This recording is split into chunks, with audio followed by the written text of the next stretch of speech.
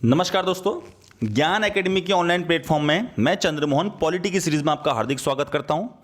तो देखिए दोस्तों, जो सफ़र हमने पॉलिटी का संविधान का 1773 से शुरू किया था, 1773 के अधिनियम से, जिसमें आज के पड़ाव में हम बात करेंगे संघ तथा उसके राज्य क्षेत्र की। ठीक है दोस्तों, इससे पहले जो हमने पढ़ा था लास्ट वीडियो में, मैंने आपको प्रस्तावना 2 वीडियो में दिया था।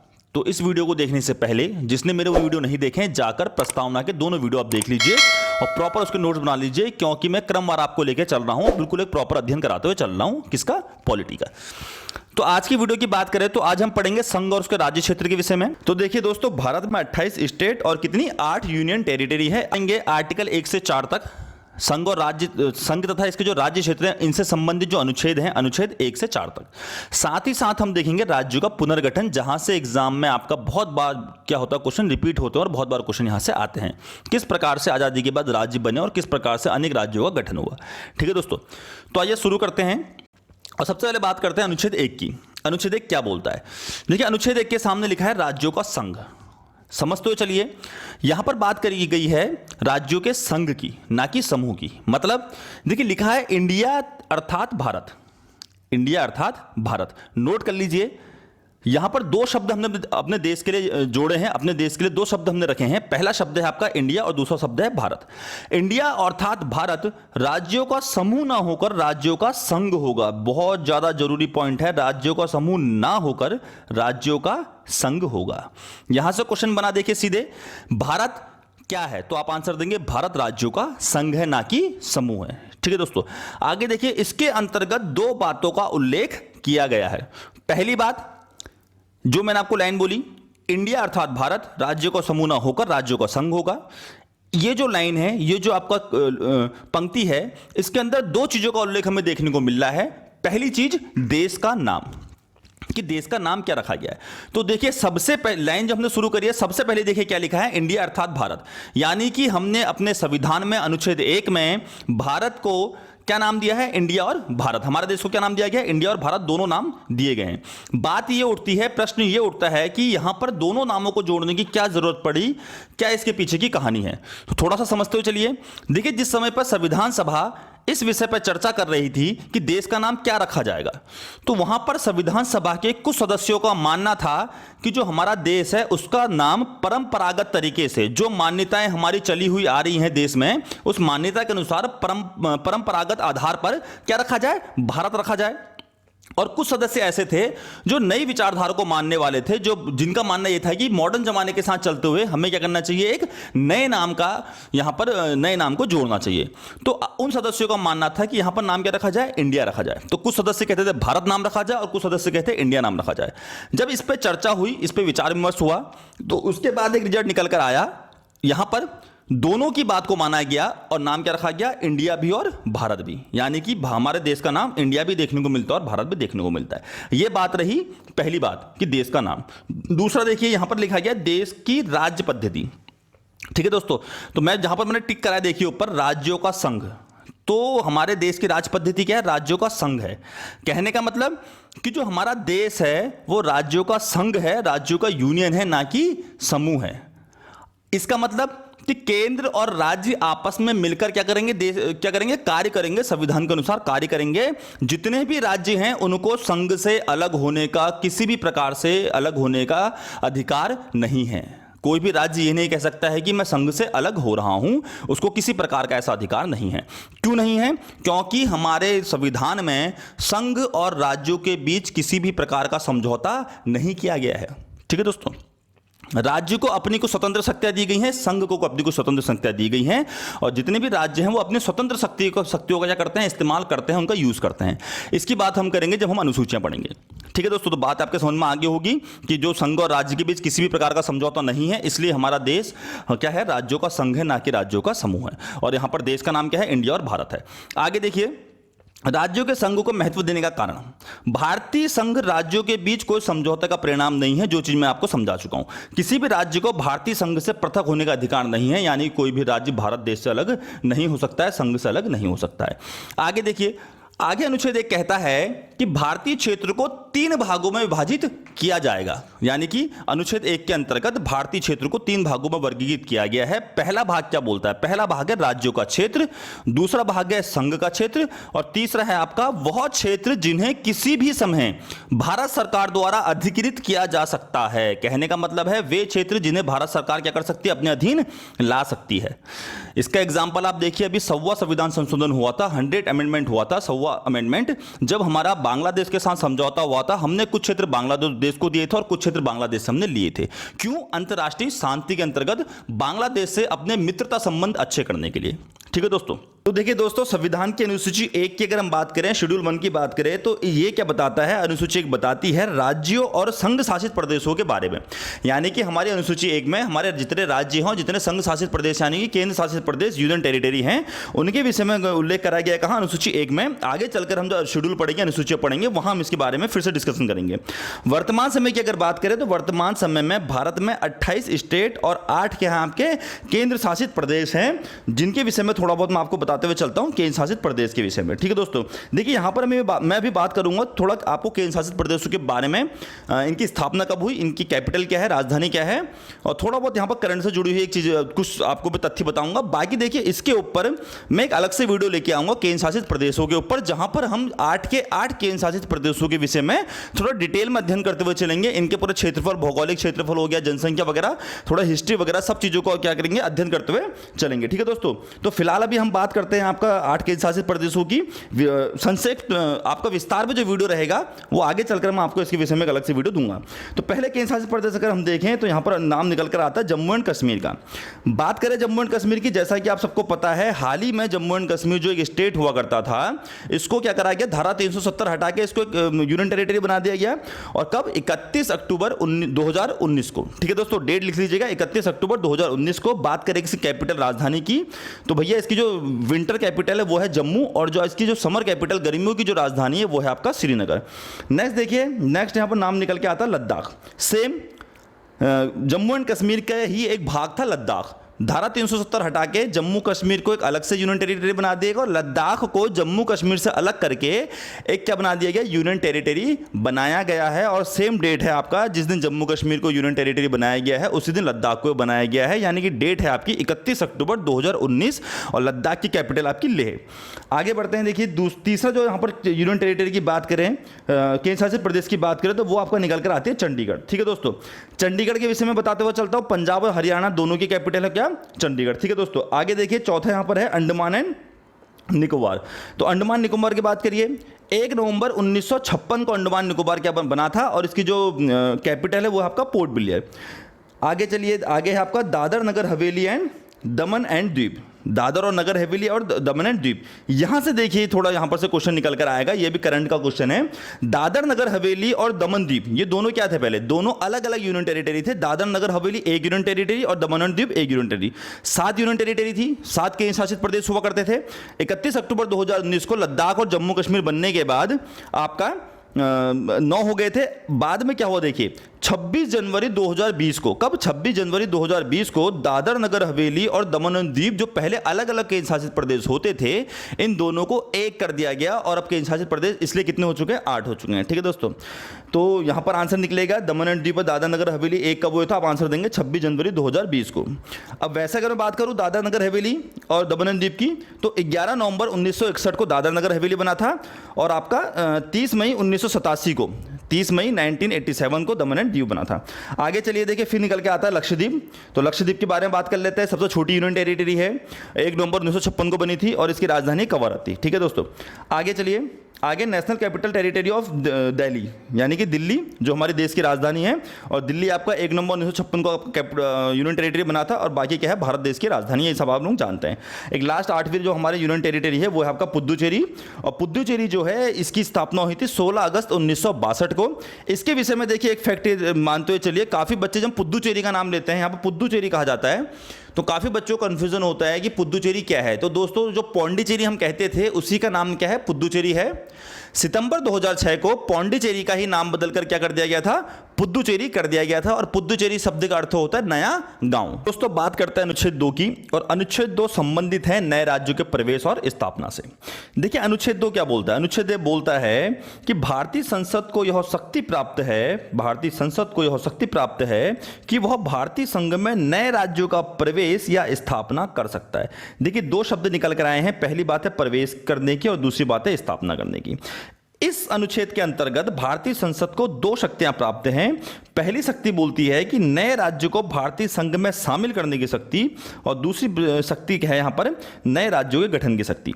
मतलब देखिए नए राज्यों को भारतीय संघ में शामिल करने की शक्ति, कहने का मतलब कि वे राज्य जो अस्तित्व में थे, यानी कि पहले से अस्तित्व में थे लेकिन उनका क्या था, एक विलय नहीं हो चुका था भारत संघ में।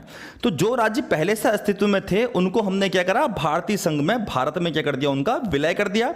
दूसरी बात कही गई है नए राज्यों के गठन की शक्ति, मतलब ऐसे राज्य जो अभी तक क्या थे, आपके अस्तित्व में नहीं थे, उन राज्यों को हमने क्या करा, बनाया और उनके लिए एक नया अस्तित्व यहां पर बनाकर दिया और नए राज्यों की स्थापना करी। ठीक है दोस्तों, यानी अनुच्छेद 2 उन राज्यों जो भारतीय संघ के हिस्से नहीं हैं के प्रवेश और गठन से संबंधित है। ठीक है दोस्तों, यहां पर स्टार बना लीजिए। क्वेश्चन पूछेगा अनुच्छेद 2 किससे संबंधित, आप आंसर देंगे नए राज्यों के प्रवेश और गठन से या स्थापना से।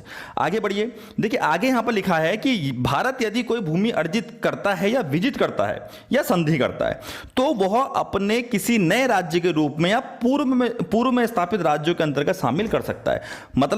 मतलब कि भारत ने अगर कोई नई भूमि, किसी भूमि को अर्जित किया, पाया या विजित किया, विजित मतलब जीता, या किसी भी देश के साथ संधि करके या किसी भी क्षेत्र के साथ संधि करके उस भूमि को अपने हिस्से में जोड़ दिया, तो यहां पर क्या है, देखिए यहां पर भारत या तो उस भूमि को नया राज्य का दर्जा दे दे या क्या करे, जो राज्य पहले से हैं उन राज्यों में उसको मिला दे।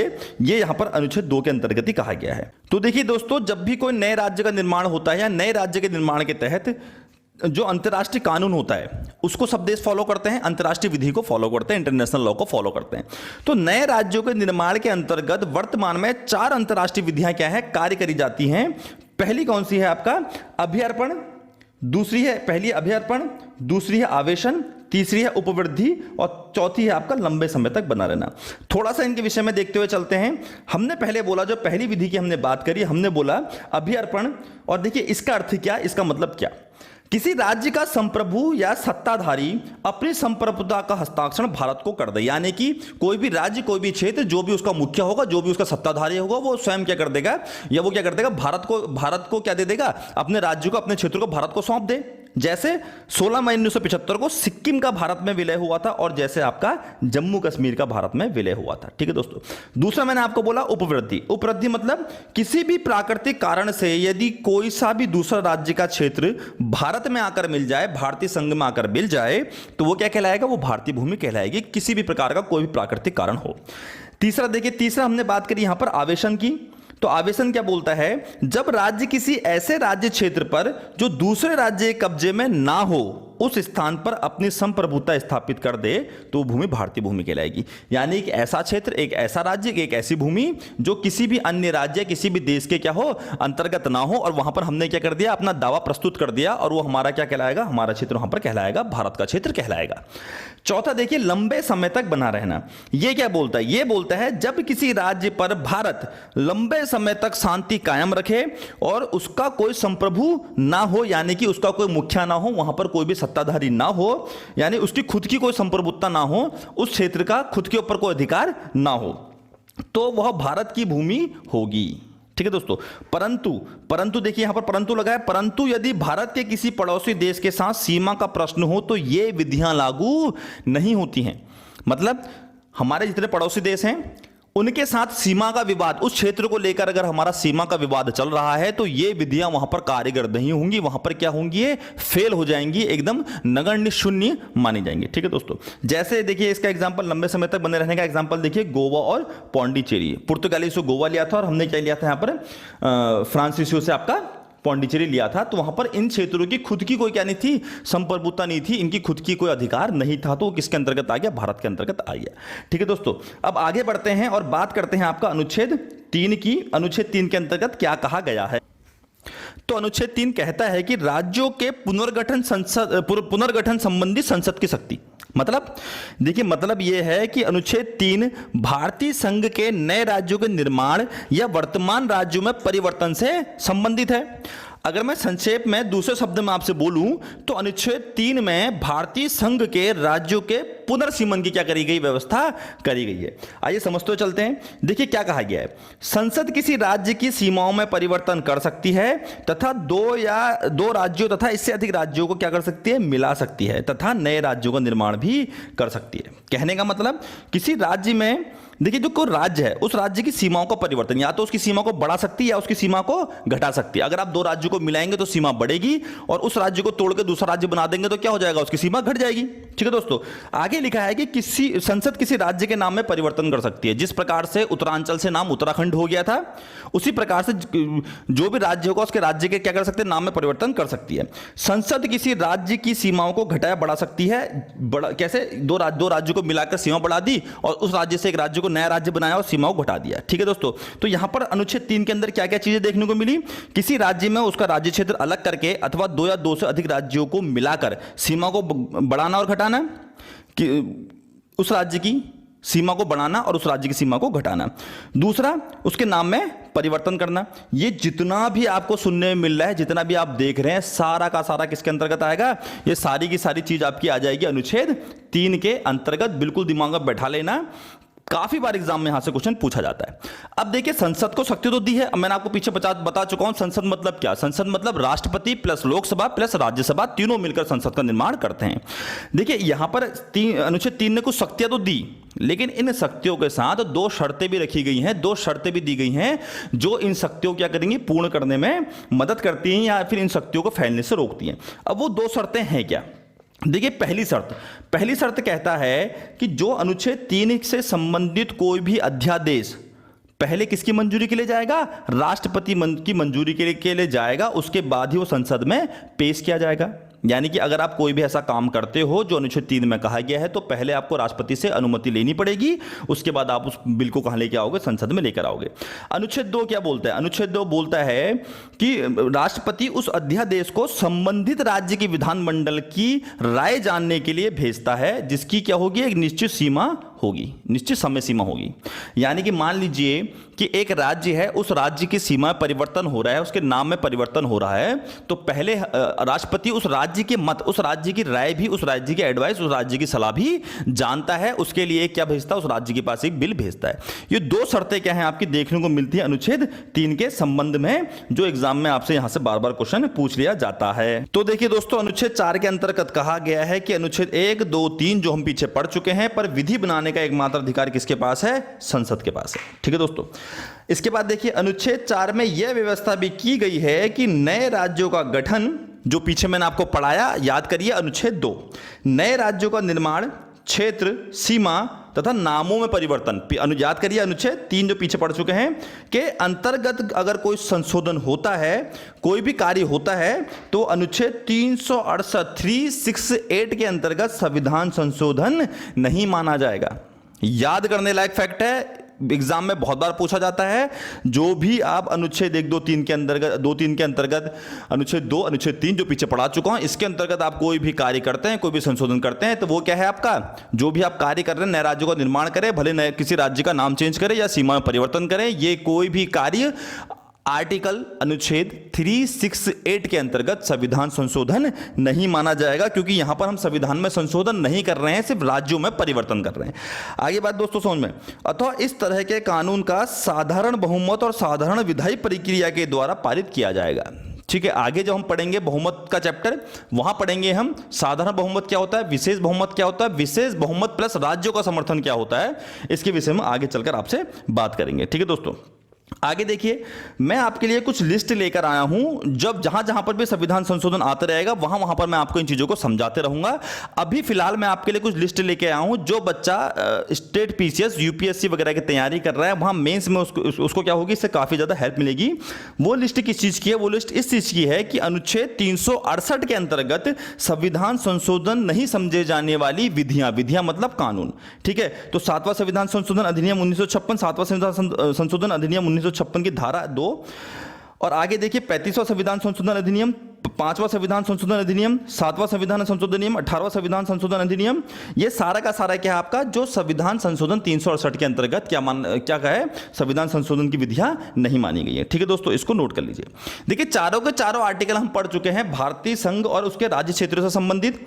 तो इसके बाद हम एक निष्कर्ष निकाले, अगर हम निष्कर्ष निकाल के यहां पर आपके लिए लेके आऊं तो देखिए यहां पर क्या निष्कर्ष निकलेगा। तो यहां पर यह निष्कर्ष निकलेगा कि भारत को क्या माना गया है। तो आप आंसर देंगे भारत को विभक्त राज्यों का अविभाज्य संघ माना गया है। एग्जाम में क्वेश्चन आता है भारत संघ क्या है, तो आप आंसर देंगे विभक्त राज्यों का अविभाज्य संघ। मतलब कहने का मतलब यह है, इसका अर्थ यह है कि संघ सरकार राज्य को समाप्त कर सकती है, जबकि परंतु राज्य सरकार संघ को समाप्त नहीं कर सकती है। आगे बात समझ में दोस्तों, क्यों? सबसे पहले हमने पढ़ा था क्योंकि जो हमारा भारत है वो राज्यों का संघ है। देखिए इसी के विपरीत अगर मैं दूसरी बात करूं, मैं बात करूं अमेरिका की, जिसको हम राज्यों को समूह कहते हैं। तो देखिए अमेरिका के विषय में क्या बोला गया है, अमेरिका के विषय में आप बोल सकते हैं कि अमेरिका अविभाज्य राज्यों का अविभाज्य संघ है। इसका अर्थ क्या? इसका अर्थ ये कि अमेरिका का जो संघ है, अमेरिका की जो संघीय सरकार है, वो नए राज्यों का निर्माण या उनकी सीमा में परिवर्तन उस राज्य की अनुमति के बिना नहीं कर सकती है। इसलिए अमेरिका को अविभाज्य राज्यों का अविभाज्य संघ भी कहा जाता है। ठीक है दोस्तों, तो यहां पर हमने देखा संघ और उससे क्षेत्र, संघ राज्य से संबंधित 4 अनुच्छेद जो एग्जाम में बहुत बार क्वेश्चन पूछे जाते हैं। मैं आपसे फिर बोल रहा हूं कि आप जुड़ जाइए, नोट्स बनाते रहिए, क्रमवार अध्ययन करते रहिए, कहीं भी आपका कोई भी प्रश्न एग्जाम में यहां से नहीं छूटने वाला है। प्रॉपर तरीके से मैं आपको पॉलिटी लेकर चलते रहूंगा। ठीक है दोस्तों, अब आगे हम बात करते हैं किसकी, कुछ ऐसे केसेस की या कुछ ऐसे आयोग की, ठीक है, जो हुआ था जिसके अंतर्गत नए राज्यों का निर्माण हुआ था, नए राज्यों का गठन हुआ था। ठीक है, भारतीय राज्य पुनर्गठन आयोग की बात करेंगे, कुछ अन्य आयोगों की बात करेंगे जो एग्जाम की दृष्टि से बहुत महत्वपूर्ण है और जिसके अंतर्गत नए राज्यों का निर्माण हमें देखने को मिला था। तो दोस्तों बात करेंगे अब कुछ आयोग की जो क्या हुआ, भाषा के आधार पर आपका नए राज्यों के गठन के लिए बनाया गया था। नए कहने का मतलब है कि आप एक संक्षेप में कहिए तो जब भारत हमारा देश आज़ाद हुआ तो उसके बाद नए राज्यों के गठन की जो मांग उठी थी, उन मांगों को ध्यान में रखते हुए कुछ आयोग बनाए गए थे, जिसके विषय में हम क्या करेंगे, अध्ययन करते हुए चलेंगे। सबसे पहले हम देखते हैं भारतीय राज्य पुनर्गठन आयोग के विषय में। देखिए स्वतंत्रता प्राप्ति के समय 552 रियासतें थी, जिसमें से 549 यानी कि 549 रियासतें भारत में शामिल हो गई। अब बची कितनी रियासतें? 3 रियासत। और वो रियासत कौन कौन सी थी? हैदराबाद, जूनागढ़ और जम्मू कश्मीर। ये जो 3 रियासतें थी, इन्होंने भारत में शामिल होने से क्या कर दिया था, मना कर दिया था।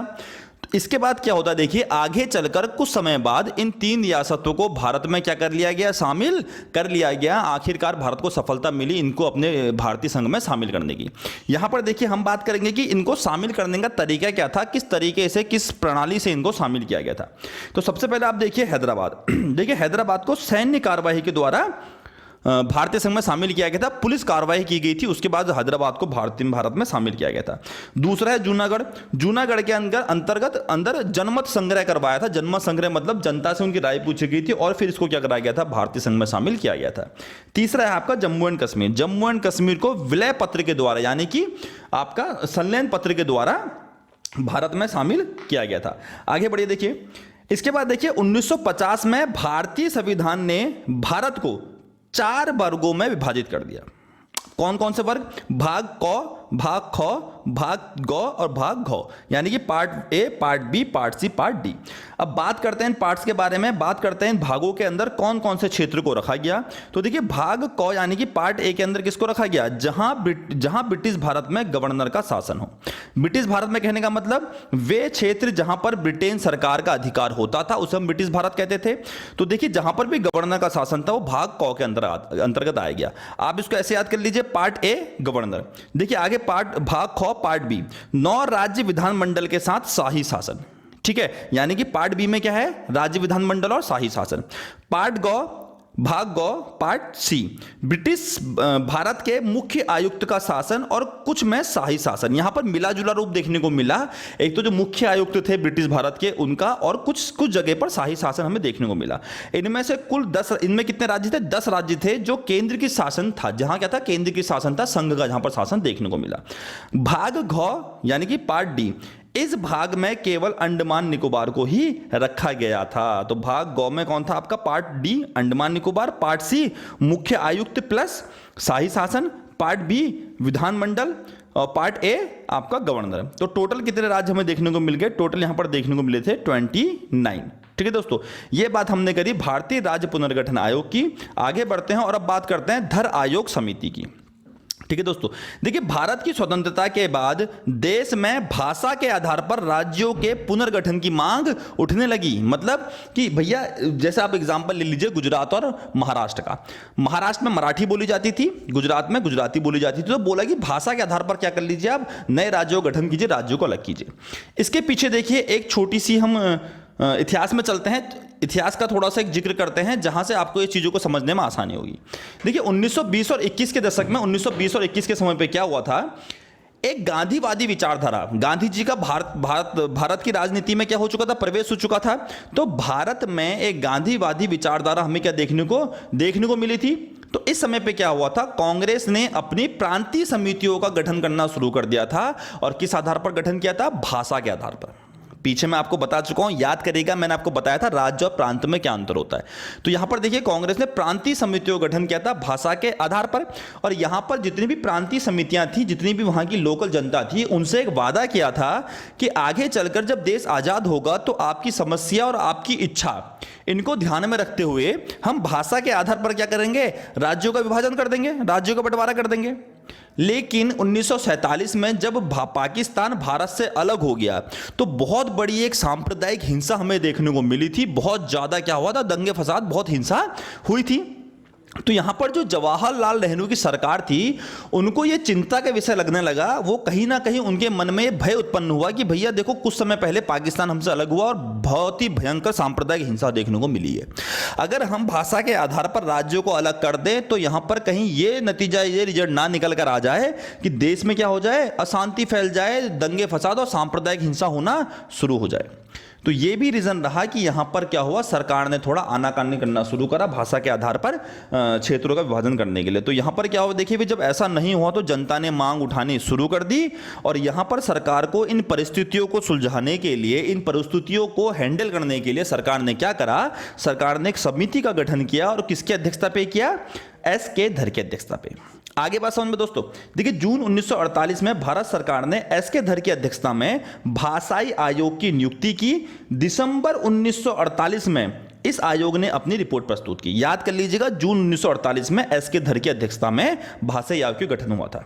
दिसंबर 1948 में रिपोर्ट प्रस्तुत की जिसमें इन्होंने राज्यों के पुनर्गठन का आधार भाषा ना मानकर प्रशासनिक सुधार माना। इन्होंने कहा देखिए भाषा के आधार पर राज्यों को अलग ना करिए, प्रशासनिक सुधार के आधार पर राज्यों को क्या कर सकते हैं आप, पुनर्गठन राज्यों का कर सकते हैं, राज्यों को पुनर्गठन करिए।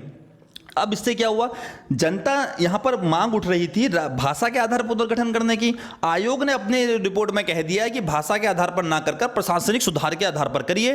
तो यहां पर क्या हुआ, असंतोष फैलने लगा राज्यों में अत्यधिक असंतोष फैलने लगा।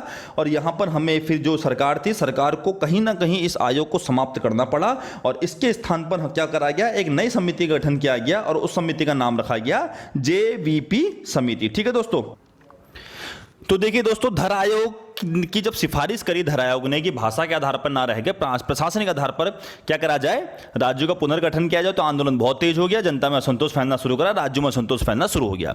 इसके बाद सरकार ने एक समिति बनाई जिसको भाषाई प्रांत समिति या आपको JVP समिति भी कहा जाता है। इस समिति का नाम था JVP। जे से जवाहरलाल नेहरू, V से वल्लभ भाई पटेल और P से पट्टाभी सीतारमैया जी। ठीक है, जवाहरलाल नेहरू, वल्लभ भाई पटेल और पट्टाभी सीतारमैया, इन तीनों की अध्यक्षता में, इन तीनों से क्या बनी एक समिति बनी और इस समिति को कहा गया JVP समिति। दिसंबर 1948 पर इस समिति का क्या हुआ, गठन हुआ। कब? दिसंबर 1948 को।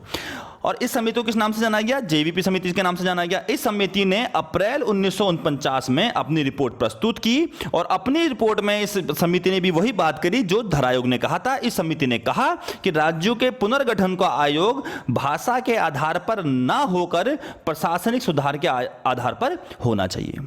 ठीक है दोस्तों, क्यों? मैं आपको बता चुका था कि सरकार को कहीं ना कहीं डर था कि सांप्रदायिक हिंसा बढ़ ना जाए। जिस प्रकार से पाकिस्तान और भारत दो हिस्सों में टूट गया, वैसे जो हमारा भारत देश वो अनेक भाषा के आधार पर अनेक छोटे छोटे हिस्सों में क्या ना हो जाए, टूट ना जाए।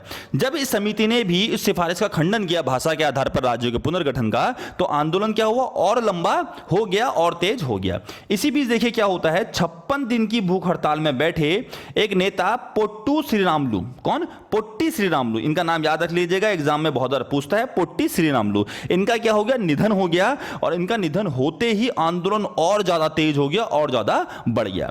अंततः भारत सरकार को मजबूरन क्या करना पड़ा, अक्टूबर 1953 में भाषा के आधार पर पहले राज्य के गठन को क्या देनी पड़ी, मंजूरी देनी पड़ी।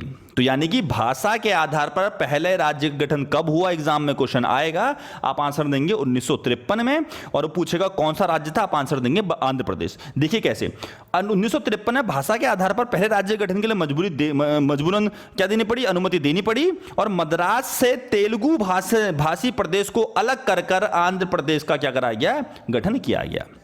ठीक है दोस्तों, आगे बढ़ते हैं। देखिए अब नेक्स्ट आयोग की हम बात करते हैं, फजल अली आयोग की। देखिए अब होता है क्या है, जब तेलुगु भाषी जो एक प्रदेश था आंध्र प्रदेश, उसको अलग कर बनाया गया जब मद्रास से, तो उसके एग्जाम्पल में अन्य जगह, अन्य जो आपके राज्य थे वहां पर भी क्या हो गया, आंदोलन तेज हो गया। वहां भी मांग उठने लगी कि भैया जब एक राज्य बन चुका है तो हमें भी क्या करा जाए, भाषा के आधार पर पुनर्गठन आयोग, पुनर्गठन राज्य का पुनर्गठन किया जाए। तो जब आंदोलन और तेज हो गया तो सरकार को फिर एक और बनाना पड़ा, क्या बनाना पड़ा, आयोग बनाना पड़ा, और उस आयोग का नाम रखा गया फजल अली आयोग। क्यों? क्योंकि फजल अली की अध्यक्षता में इस आयोग को बनाया गया था। देखिए आंध्र प्रदेश के गठन के बाद अन्य राज्यों में भी भाषा के आधार पर नए राज्यों के गठन की मांग बढ़ने लगी। अतः भारत सरकार ने दिसंबर 1953 में फजल अली आयोग की अध्यक्षता में एक 3 सदस्यीय समिति का गठन किया, और इसके सदस्य कौन कौन थे, फजल अली जो अध्यक्ष थे, के.एम. पडिक्कर, और चौथे थे H.N. कुंजरू। H.N. कुंजरू मतलब हृदयनाथ कुंजरू। ठीक है दोस्तों, आगे देखिए फजल अली आयोग ने 1955 में अपनी रिपोर्ट प्रस्तुत की और इस बात को स्वीकार किया कि राज्यों के पुनर्गठन में भाषा को मुख्य आधार बनाना चाहिए। यहां से क्वेश्चन बनेगा, किस आयोग ने यह अपनी सिफारिश करी थी, अपनी रिपोर्ट में इस चीज को स्वीकार किया था कि भाषा के आधार पर राज्यों का पुनर्गठन किया जाना चाहिए। आप आंसर देंगे फजल अली आयोग। ठीक है दोस्तों, देखिए इन्होंने ये बात तो मानी कि भाषा के आधार पर राज्यों का पुनर्गठन किया जाना चाहिए, लेकिन इस समिति ने एक बात और बोली। इन्होंने बोला कि एक राज्य एक भाषा के सिद्धांत को नहीं माना जाएगा। किसको? एक राज्य एक भाषा के सिद्धांत को। क्यों? देखिए भारत देश में जो है बहुत विविधता का देश है, भारत देश बहुत विविधता का देश है, अनेक प्रकार की भाषाएं हमें यहां देखने को मिलती हैं। तो किसी एक राज्य में किसी एक भाषा का ही प्रभुत्व देखा जाना, यह एक प्रभुत्व स्थापित करना क्या है, असंभव सा है। ठीक है दोस्तों, तो इसलिए समिति ने बोला एक राज्य एक भाषा का सिद्धांत अस्वीकार माना गया। राज्य पुनर्गठन आयोग के इन्होंने 4 क्या बताए, महत्वपूर्ण कारक बताए। कौन कौन से? भारत की अखंडता एवं सुरक्षा का संरक्षण, दूसरा भाषाई और सांस्कृतिक एकरूपता, तीसरा वित्तीय प्रशासनिक और आर्थिक तंत्र, और चौथा आपका सभी राज्यों और पूरे देश में लोगों के कल्याण की योजना का संवर्धन करना। ठीक है, बात समझ में। आगे देखिए फजल अली आयोग के विषय में थोड़ा सा और देखते हुए चलते हैं। फजल अली आयोग की सलाह पर भारत सरकार द्वारा, याद रखिएगा संविधान संशोधन, 7वें संविधान संशोधन अधिनियम 1956 द्वारा राज्य पुनर्गठन आयोग, और ब्रैकेट में लिखा 1956, स्थापित किया गया। परिणाम स्वरूप 1 नवंबर 1956 को 14 राज्यों और आपका 6 केंद्र शासित प्रदेशों का क्या करा गया, गठन किया गया। ये सारा आपका क्या है, एग्जाम में डायरेक्ट फैक्ट से आपसे क्वेश्चन पूछेगा, इसको आप नोट कर लीजिए, नोट्स बना लीजिए, दिमाग में एकदम बैठा लीजिएगा। ठीक है दोस्तों, और 1974 में सिक्किम ने भारत में शामिल होने की इच्छा जताई, अतः संसद द्वारा, याद रखिएगा 35वें संविधान संशोधन 1974 द्वारा सिक्किम को भारतीय राज्य में शामिल कर लिया गया। ठीक है दोस्तों, तो ये हमने बात करी संघ और उसके राज्य क्षेत्र की। इसी प्रकार से हम आपके लिए पॉलिटी की पूरी सीरीज लेके आते रहेंगे, और अन्य विषय की भी सीरीज भी आपको धीरे धीरे आगे चलकर मिलेगी।